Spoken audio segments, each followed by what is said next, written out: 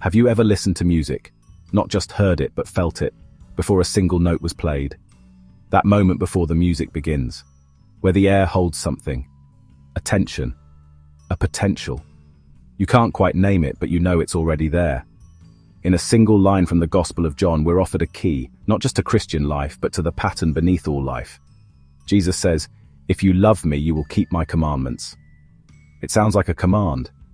It sounds like cause and effect. But what if that's not what it is? What if it's not a rule at all, but a rhythm?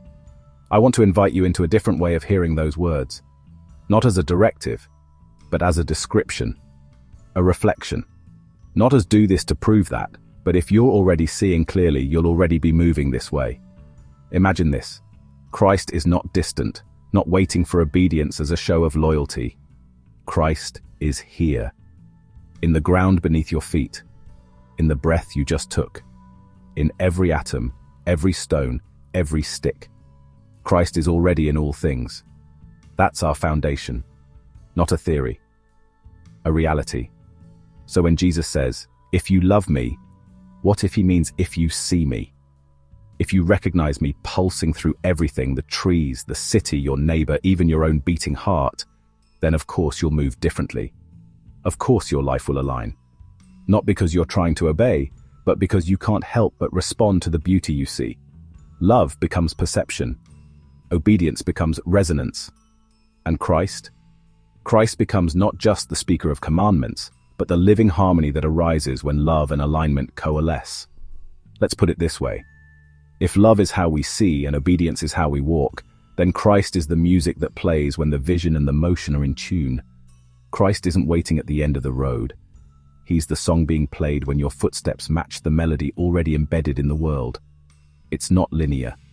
It's not a checklist. It's a triad. A living triad. Let me walk you through this with a small analogy. Imagine you're standing still in a forest. You haven't heard anything yet. But then, you notice the bird song. You begin to really see the trees, not just as objects, but as something alive. You realize something sacred is here. That awareness is what we're calling love, not romantic feeling, but the deep recognition of presence. And as that recognition deepens, you begin to move more slowly. You walk carefully, quietly. You stop speaking. You listen. Not because someone told you to be quiet, but because something sacred has been perceived, and your whole being responds. That response, that congruence, is what we're calling obedience. And in that moment, something happens. You feel it. A harmony. As if the forest is singing back. As if something invisible has just become visible. The divine emerges not as a thing, but as the resonance of everything coming into alignment. That emergence, that song, is Christ. This is the triad. Recognition, alignment, emergence, love, obedience, Christ. Each one completing and confirming the others. Each pair bringing forth the third. Not a hierarchy. Not a command structure. A harmony field. This is why Jesus doesn't say, "If you love me, you should obey me." He says, "You will." Not because you must, but because it's inevitable. Love that sees Christ in all things can't help but align with what it sees. And once we begin to align, we see even more clearly.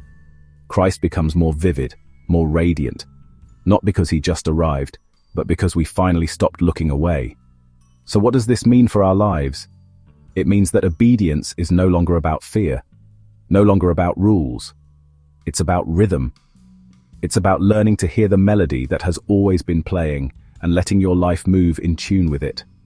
It means that love is not just a feeling we try to cultivate, but a way of seeing, of perceiving the hidden presence already shimmering beneath the surface of all things. And it means that Christ is not just someone we pray to. Christ is the resonance that arises between the seeing and the moving. Christ is what happens when love becomes action, and action reveals more love. So I leave you with this question, not as a test, but as a tuning fork. What if the commandments of Christ were not external demands, but internal descriptions of how reality sings? And what if your love, your alignment, your obedience were not things to strive for, but movements already unfolding inside you, waiting only for recognition? Maybe the commandments are not hurdles, but harmonies. And maybe Christ is not far away, waiting for your faithfulness. Maybe Christ is already here, waiting to be heard in the music you are just now beginning to remember.